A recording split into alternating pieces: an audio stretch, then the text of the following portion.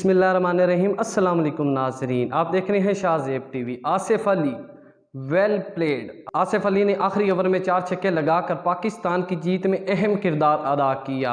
आसिफ अली ने अफगान बॉलर को आखिरी ओवर में 4 छक्के लगाए जिससे पाकिस्तान की जीत हुई।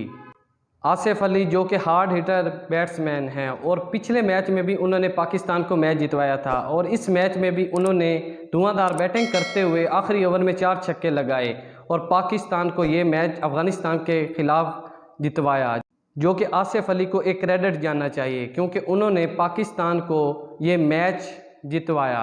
जितना क्रेडिट आसिफ अली को दें उतना कम है क्योंकि आसिफ अली ने बहुत अच्छी बैटिंग करते हुए अफ़गानिस्तान के ख़िलाफ़ ये फ़तह हासिल की, जो कि पाकिस्तान के लिए बहुत बड़ी फ़तह है।